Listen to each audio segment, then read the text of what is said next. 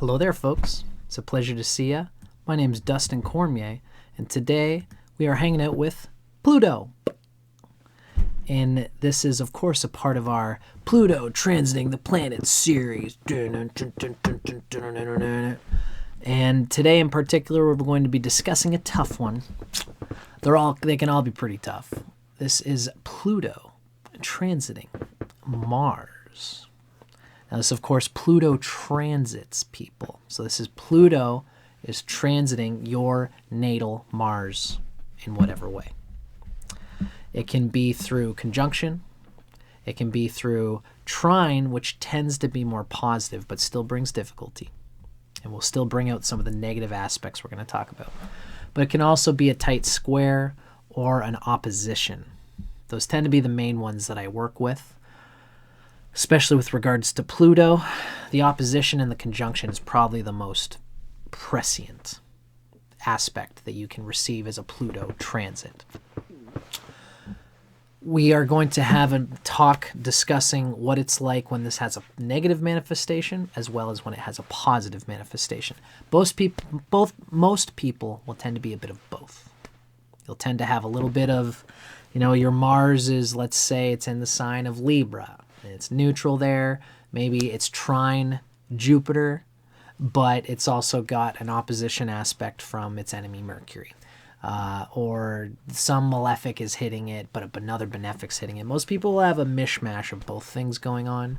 But as usual in astrology, we bring out the extremes and so that you can look for those themes as they present themselves in your life and in your experience. Now, again, my name's Dustin Cormier, folks, and if you're watching this, by the time you're watching it, I'm starting to put out a website. You can check out my website, dustincormier.net.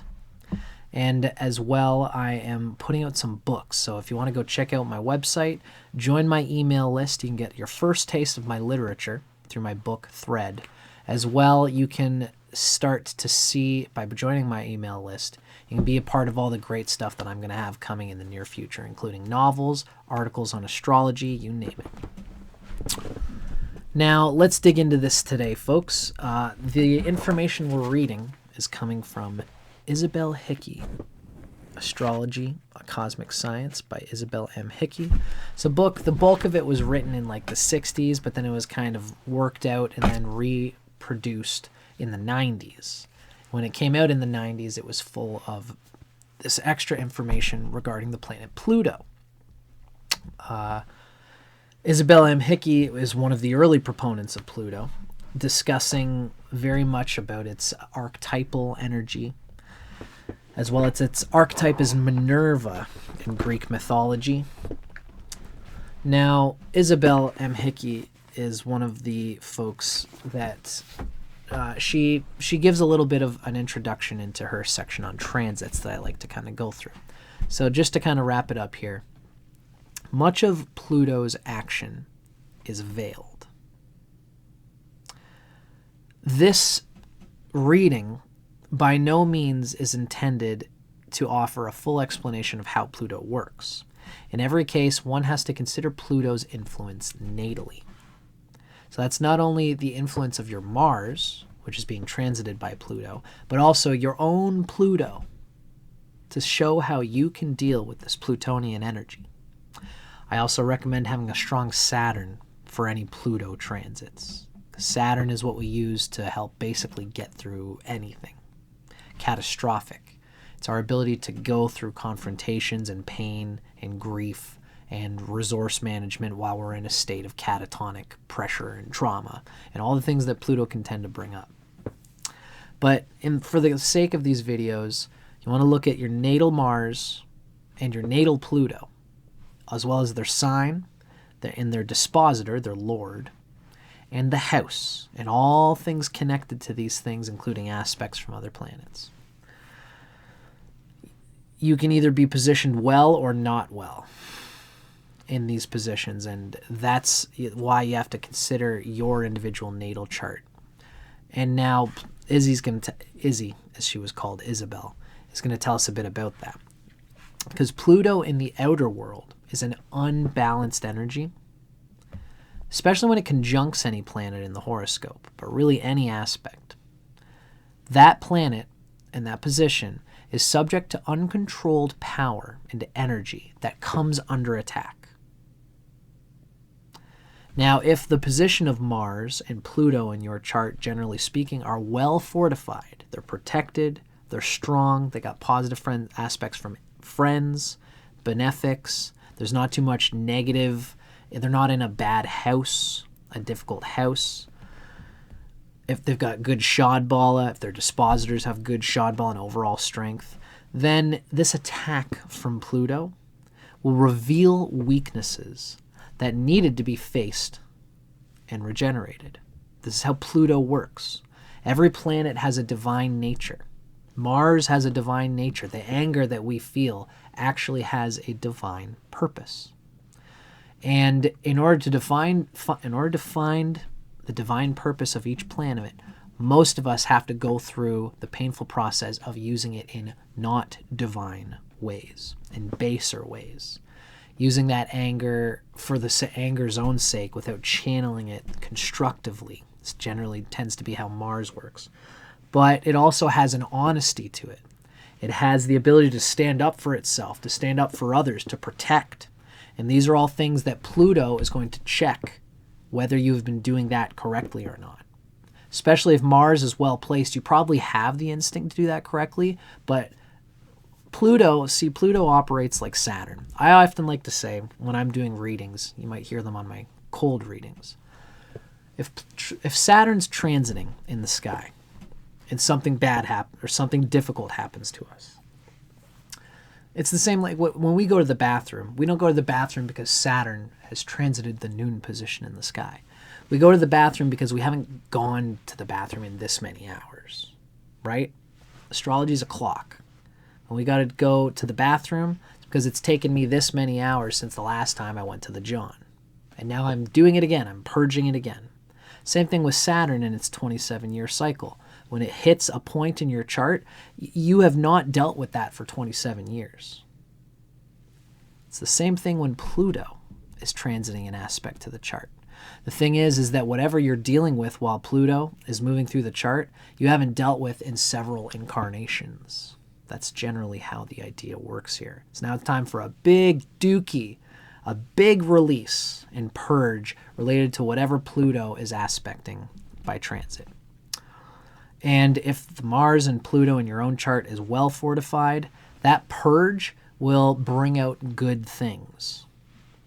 Now, if the energy of if the natal planet is poorly fortified, it's not well protected, it's got bad malefic aspects from friends, doesn't have intrinsic strength, it's in difficult dignity, if it's in difficult houses, then Pluto's attack is going to cause undue ill effects, difficulty, trauma, things that you might have to work out your whole life in order to recuperate from. Now, there is ultimately an ultimate reason for these things. And with self-realization, we can all recognize that the causal body goes deeper than the astral body. But the astral body still has to work itself out. We can see it with detachment, but still go through it. And that's part of what Pluto teaches us, is to go beyond the zodiac, beyond the planets, and to see what we truly are beyond them. Sometimes in order to do that, it has to show us what we are in this incarnation through our natal chart, through the difficult position of that planet, wherever it's positioned. It's difficult to find people who are tuned to Minerva, Isabelle Hickey tells us. The key word of Pluto is consecration, and only those who are willing to go through, not around, the regeneration necessary can touch the hem of her garment, of Minerva. What is death? From a higher plane, it is the surrendering of energy in a certain form. Lest a seed go into the earth and break its shell, the new life cannot emerge. It's the nature of 666, it's the nature of Earth, is that we develop memory. And our memory is a program that stops us from looking within and realizing the inherent true divine nature of the planets that live through us. And Pluto's job is to wipe the program. We all get this program, and it's the delicious play of Pluto tugging on the program that allows us to integrate ourselves into the matrix, into the program, into reality, while still remaining in our divine nature, which allows us to create and in divine ways. But this can be the most painful process because it's essentially your very self that you're flicking and plugging away at in order to come into this self-realization. Mars is one of the early childhood planets. Mars operates, first it's the moon from age 0 to 1, then it's Mars, the terrible twos, from age 1 to 3, then it's Mercury from age 3 to age 12. So Mars is one of the first and deepest roots that we experience on planet Earth. When Pluto goes through Mars, you're dealing with terrible twos stuff. You're dealing with stuff that happened from age 1 to 3. That's very old crocodile programming that's been the same way in us for a long time. Especially if Pluto's coming into this transit, it means that we haven't dealt with this for incarnations, which means the purging of this energy can really uproot, for better or for worse, old stuff that we haven't looked at. That's just how Pluto works.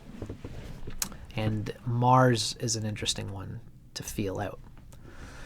Now again, every aspect of Pluto has positive and negative manifestations. What I've been doing in this video series is going through the negative expression first. You're probably a combination of both. So look for the negative manifestations and look for the positive manifestations. First, let's go through Pluto aspecting Mars in transit. What can be expected as difficulty? As difficult, especially with a difficult position of Mars, what kind of traumas and undue difficulties and damage can we expect to the psychological personality? Well, overall, Isabelle Hickey tells us, however you dice it or slice it, this is a difficult transit unless the animal nature has been domesticated. Mars, now this is coming from Isabelle Hickey. She has an interesting, it's not her own take, but she uses a language that has come from the time that she wrote. And it's interesting to think about how she explains this. Mars rules the animal energy, and Pluto rules the invisible underworld in all of us. The tendency to be rash in actions and judgment can raise havoc in the personal life. This makes sense because judgment and discernment and action according with that, it's like, you see a spider, giant spider, big talons. I don't know. I dig spiders, but some people are like, they grab the newspaper and they smack it. Or you see somebody who you don't trust walking up close to you and they've got some deep look in their eyes like they're going to mug you, and Mars makes a decision, makes a judgment, and acts on it. Now, you might be doing this a little too much or a little bit of not enough. Pluto's going to tell you about it through the painful laboratory of your own nervous system, of your own lived experience. So, rash in action and judgment can raise havoc in the personal life, being rash in action and judgment. There could be a lack of, when this transit comes in, there can be a lack of restraint. You really it becomes catatonic. When you're angry, it's this you can possibly do things that you might take back, but you can't take back because the damage is done. So a lack of restraint can cause antagonism within oneself to generate antagonism without. So let me rephrase that again because I messed that up. There can be a lack of restraint that causes antagonism within to generate antagonism without. Some internal trepidation, painful process that hasn't been fully integrated brings antagonism outward from other people. We protect ourselves unconsciously when we see that we haven't worked out something in ourselves and someone else is, hey, there's this thing that you got to correct. And it's like, yeah, well, you've got this thing. This is Pluto transiting Mars stuff. When Pluto is configured with Mars in any way, it is wise to keep one's magnetic field free of anger. or at least to work out anger, to be conscious of anger and channel it into healthily appropriate domesticated ways, because it will draw violence into the person's orbit if you are not flowing with it. This is the time to use your robe of light. It's an interesting visionary technique that Isabelle seems to be referring to.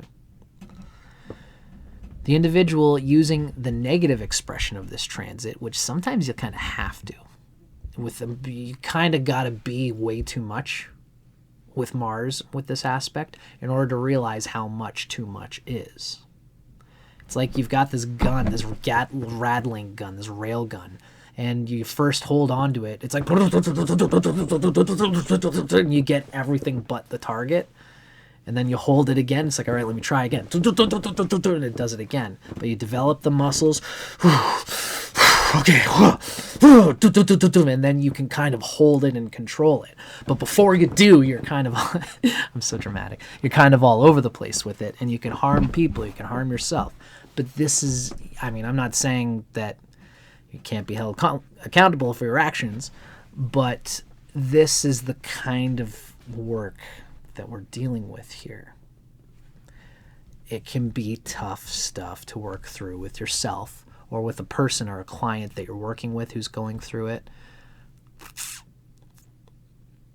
You know, the Pluto and Scorpio in me almost wants to hold my tongue for, you know, like I have Mars and Scorpio with Pluto natally. So I have sympathy for the need to work this stuff out. Thankfully, I haven't killed anybody in my life. I haven't really seriously harmed anybody, but I've been through periods of anger that I can just relate with, having to go wild with this energy, to like wanting to pull someone's eye out and eat it in front of them. You know, that if you've ever heard that kind of thing. These things can happen, and sometimes they'll happen, but you're still going to be held accountable for your actions, which can cause even more anger. So talking with people about channeling this healthily, appropriately, and constructively can be in a pure way that's not going to harm anybody, can be a very constructive process, a necessary process, and a dangerous one if it's not dealt with tact and integrity and communication and help from loved ones. The individual using the negative expression of this transit can be too severe and cruel. Now, the antidote for this tendency is to deliberately cultivate the qualities of mercy and compassion. Especially, it's taking the high road and using your controlled animal energy. I highly recommend you get into yoga, some kind of physical athletic sport activity where you can hold energy. So when someone is coming to you with anger, you don't take the rage bait. You act appropriately, firmly, communicate your boundaries, but you don't take the rage bait. You take the high road, and you think about them with mercy and compassion. Because probably the reason why that anger is coming through in you is because somebody didn't treat you with mercy and compassion. And now you're carrying it forward. So do us all a favor and yourself a favor and carry it forward the other way with mercy and compassion, and see how the source of your anger gets knocked off its feet from the source, which is the divine use of Mars's action energy in a constructive way, in a divine and a loving way. Might be easier said than done. You know, don't feel bad if you have to work out the energy of one who has been taken advantage of. Anger and jealousy and stuff with, again, a trained therapist, a martial artist who can help you work it out. You know, don't feel bad about having to do that. But overall, when you meet Pluto-triggered Mars energy through yourself in your life, be aware of the high road that you're looking to ultimately program and uproot the source of that anger through. This transit will depend largely on what other energies are operating in the chart. Jupiter or Venus or good aspects to the Sun can nullify much of the violence that can be expected from this aspect. The sun is the king, Mars is the general. So the thwarting of will cause more difficulty for this Pluto-Mars transit. Or if the sun is strong enough to ultimately do what its ego wants to do, so it's relieved, so it doesn't feel like a victim, like it has some power in its life, it won't feel the need to come through with a knife and stab the world and bomb the world with its anger, because everyone is always making me feel smaller, etc., etc. The sun will alleviate that theme because they're connected. So Izzy did research having to do with mass murders or murderers in general. And in this research, Pluto and Mars were strongly configured at the time that a person did a crime. In a sleeping soul, Pluto transiting Mars can foster criminal or antisocial tendencies. In judging any Plutonian aspect, remember that only if the total chart at birth shows these tendencies will they be operative. It's a poor time, yeah, so that's an important point. Just because you're having this Pluto-Mars transit doesn't mean everybody's going to go through it and go and kill somebody. It depends on everything going on in the chart. But if you have such tendencies available, this could be an aspect that brings it out. This is a poor time to act too forcefully without regard for other people's feelings, without thinking about the other's feelings. You might be right when you yell at your mother for never having loved you properly or never having listened to your boundaries. You might be right because your father gave you more anger. There's a necessary amount of constructive criticism that a father's supposed to give, but then there's sometimes where a father's just jerking himself off at giving you anger carried over from his father that his father didn't listen to him, his repression, his voice. He felt squashed. Now he's carrying it over to you, and you might be right to throw that back in his face at some level, but you would not be right to pull his eye out and eat it in front of him. I don't know why. I got too much Pluto energy myself. But, don't, if you do something physically, energetically, that you're going to regret, this would be the time that you would. So pay attention to it and do your best to operate with mercy and compassion, because that will allow you to see that what you're really trying to stab at in that other person is something in yourself that never went through properly. Now, if an individual is connected with subversive activities, such as the underworld of crime, this is the time that dues will be collected, even to the extent of the individual being taken out of their body. So you went and killed some mob boss crime guy, you got away with it for a long time. This might be the time when Pluto comes along to bring you out of your body. Like the wise guys, they're going to take you out. Now, in a feminine chart is actually the word used, which I like. In a feminine chart, there can be danger where sexual assault is concerned, with the possibility of death at the hands of someone, for you or for you protecting yourself from being sexually assaulted. It's a poor time to hitchhike with anyone that you don't know, because there's Pluto is pressing on subliminal buttons inside of your most basic primal survival instincts, and people can feel those buttons, and they'll sense those things, and you might accidentally trip a wire inside of them that they could have had any other hitchhiker inside the vehicle and nothing would have gone wrong. But you trip it in them, and they trip it in themselves, and now things are happening. So be careful hitchhiking during this period. In the spring of 1973, when Mars was in Capricorn, afflicting Pluto in Libra, there were 3 murders of university students in Boston who had hitchhiked on their way to school. They were never heard from again until their bodies were found. They'd been sexually assaulted before they were killed. This is just Isabelle Hickey giving us examples of the kind of things that her research has led her to. I digress. Forewarned is forearmed. These things do not have to happen if the person uses discretion and emotional control and animal control of the impulses. That's why this can be a great time to hit the bag at a martial arts dojo, or to play some hockey, or to do something to redeem your animal subliminal power functions that Mars represents, right? Now, I should have gotten this figured out before we go. I've got examples for all these, but I'm getting more really out of doing these readings than these little examples. But let's take a little bit of time on here. Let's see, Sagittarius, Capricorn, Aquarius. So Aquarius is transiting the sign, Pluto's transiting the sign of Aquarius at the present time of this video. Now here we have a Mars that is inside the sign of Taurus. The Mars is in the 6th house, which Mars actually can do okay in the 6th house. It's the 6th house is about enemies, dealing with difficulties and obstructions that come to us. It's an animal energy house. But any planet in the 6th house is going to have its buttons pressed.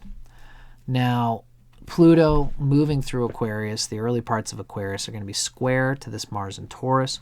Mars isn't doing that bad in Taurus, but Mars has Ketu here. Now, what we have here is the interesting situation where the Rahu Lord of Scorpio is resting with Ketu. So Mars is kind of being frustrated by Ketu in the opposite of the house that it's really trying to build. It's not necessarily a bad thing. That can bring out a great perfection of Mars's qualities. This isn't the video to go into why that would be, but this would bring, the Pluto aspect here would bring some definite pressing of buttons on this Mars being sucked in a little bit by Ketu's perfectionist energy in the 6th house. Of course, Pluto and Rahu in Scorpio are going to bring out even more of this scorpionic, moving through unpurged, difficult childhood, standing up for yourself type energy. Honesty, anger, integrity.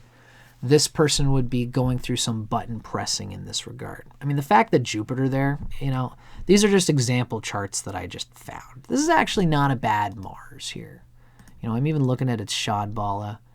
Well, it's not too crazy amazing, but it's got significations of it not being that bad. Yeah, it's got delight from the moon and delight from Jupiter too, that opposition. So, it's really not a bad Mars. What I mainly went for is that it's in the 6th house and it's with Ketu and it's square to Pluto. So this would be an example of a chart where there's good and bad flowing through that Mars square to Pluto position. So that's kind of a negative example, but in any case, this has been us discussing the negative connotations or the worst expression of Pluto transiting Mars. Now let's look a little bit at what can be expected from a positive manifestation of this energy. This video's been already going long, so I'm going to try to keep it tight. When Pluto is transiting Mars and Mars is well placed, this is a person who has had the capacity to develop natural and healthy channels for their own firmness, their judgment, and acting on judgment in an instinctive moment. They've probably had parents that support them in sports, perhaps, parents that contest them, check their will, their animal will and animal instincts. It's like a father especially can be a bit of a Mars conspirator, for better or worse. And the father... and the mother too, actually. Mars is often conveyed through the mother. The mother has this sort of, we got to do what we got to do for our family internally. I've got to say what I've got to be able to say emotionally in order for our whole family to survive. So you better say it. You might even have your mother seeing that there's some Mars thing that she never realized you weren't doing. And she might come along and push your buttons just because nobody else will, because that's what mom does. God bless mom.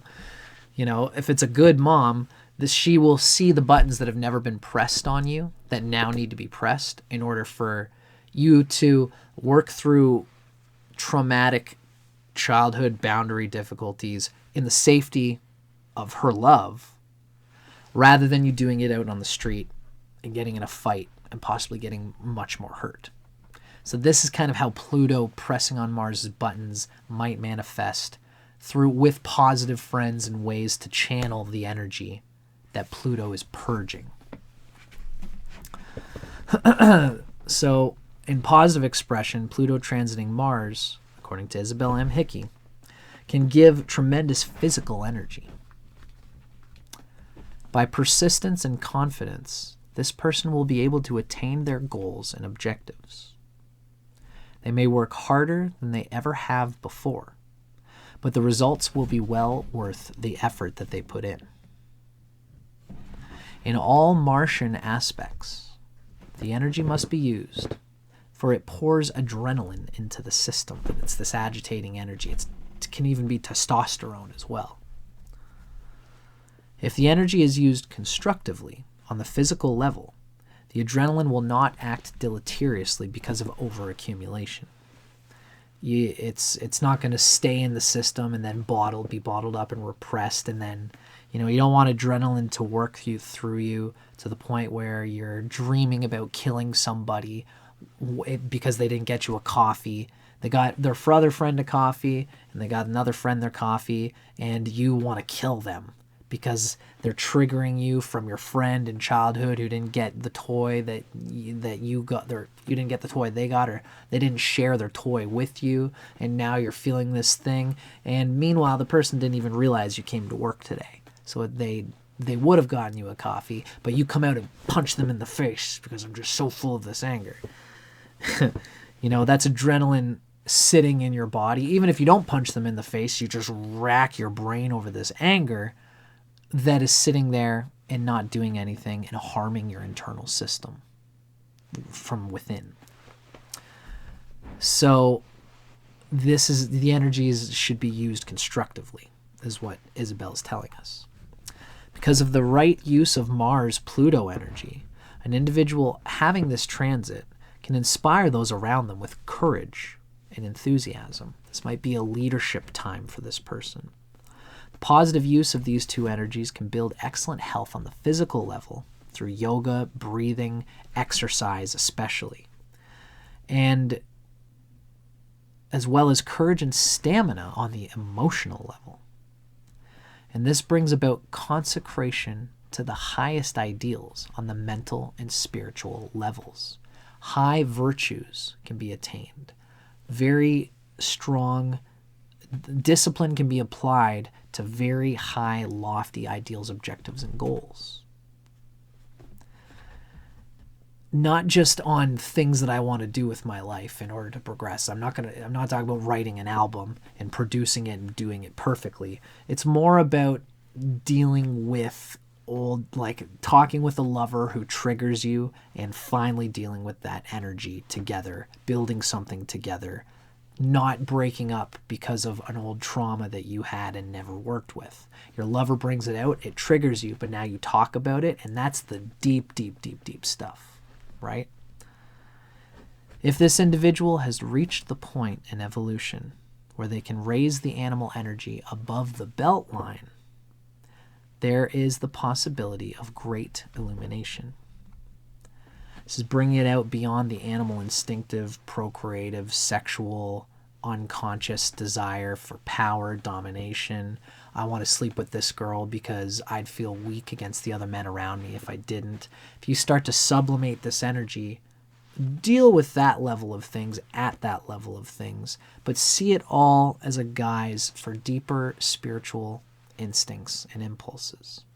And when you sublimate that energy through especially pranayama, through pratyahara, through meditation, through bringing the prana literally, bringing it up your spine through the intense force and concentration of your willpower through yoga, hatha yoga, kriya yoga, then you can perform high energetic spiritual practices. But again, true spiritual practices does not mean that we spiritually sublimate. You don't want to have a whole bunch of trouble and instead of dealing with it as for what it is, we just repress it and go into our corner and bring our heat energy up to our heads and then cycle it back down, ideally. If you're going to do that, at least cycle it back down, because there's lots of people with lots of heat energy in their head. It's a malfunctioning Kundalini syndrome symptom energy, because they're trying to do the right thing. They're trying to do this spiritual practice. It all gets stuck in their head. They don't bring it back down. They don't deal with their lower chakras, and that can cause them much more problems overall. But the ideal is to deal with the lower chakra problems by being honest with yourself, holding your animal energy, detaching from the egoic vanity of it, and manifesting balance in that realm. So you can take the excess energy, where you could go and just sleep with more people, bang that girlfriend or boyfriend even harder, or watch movies and get just eat junk food and, go to festivals and have all this energy on drugs and boom, boom, boom, listening to music, all this extra stuff you could be doing. Instead, you apply the perfectly appropriate amount to your lower chakras, and with the excess energy, you bring it up your spine, and then bring it down, and bring it up, and bring it down. And if you're the type of yoga person that can do this kind of stuff, seek knowledge about it.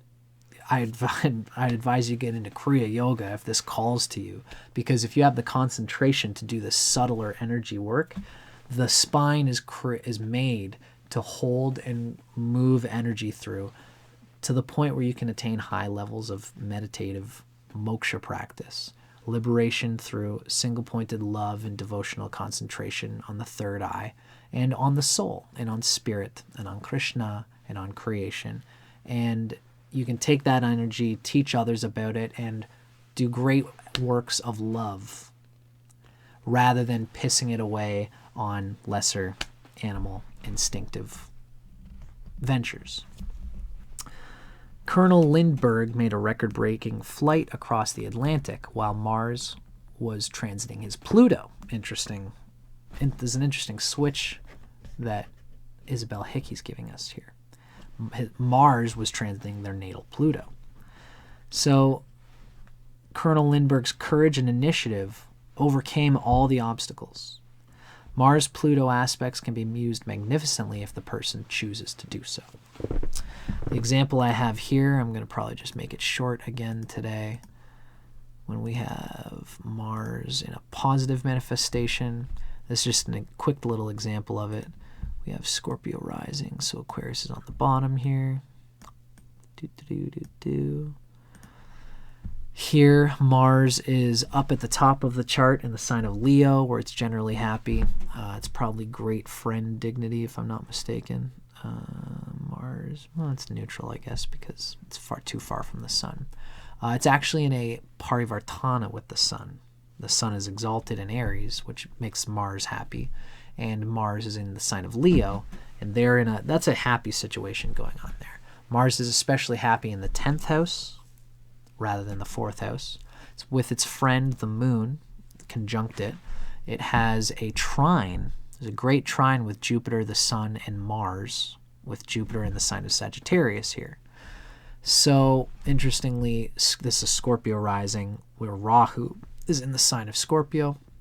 So that Rahu energy is going to bring even more difficulty, because the Pluto transiting Aquarius is even square to the nodes. But being square to the nodes can actually be a positive thing, because neither node is tugging on the planet. So it's neither tugging on Pluto nor tugging on the Mars, while Pluto is moving through being opposite that Mars. So this Mars would definitely be tested in the way of its 4th house and the interactions of the bottom of the chart, as well as especially through the 10th house. This could be a career, how career can trigger boundary issues, or the need to apply strong animal magnetism energy towards what you do with your job and your career or occupation.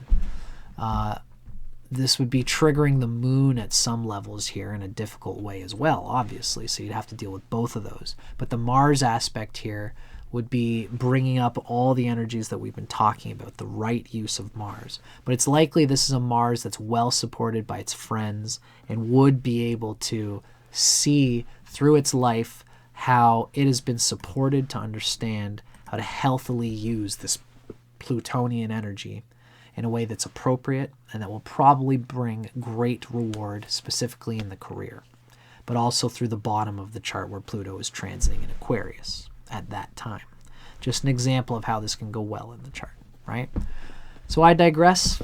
I'm Dustin Cormier. Thanks so much for watching, folks. This has been Pluto transiting Mars. Of course, this is part of our Pluto Transit to the Planet series. Thanks for watching. Again, keep your eyes peeled if you like what I'm doing here. If you like the sound of my voice and how I talk about things, I got books coming out. Check out my website. It's dustincormier.net. And I hope to see you there. Join my email listing where you'll be able to get my free ebook as well as some other... you'll be able to see what I've got going on with books and astrology videos to come in the future. Thank you so much for watching, folks. Take care. Good luck. And let me know in the comments, or, feel free to email me if you want to talk about any of this stuff. I am still doing readings, so I'm always in touch. Take care, folks.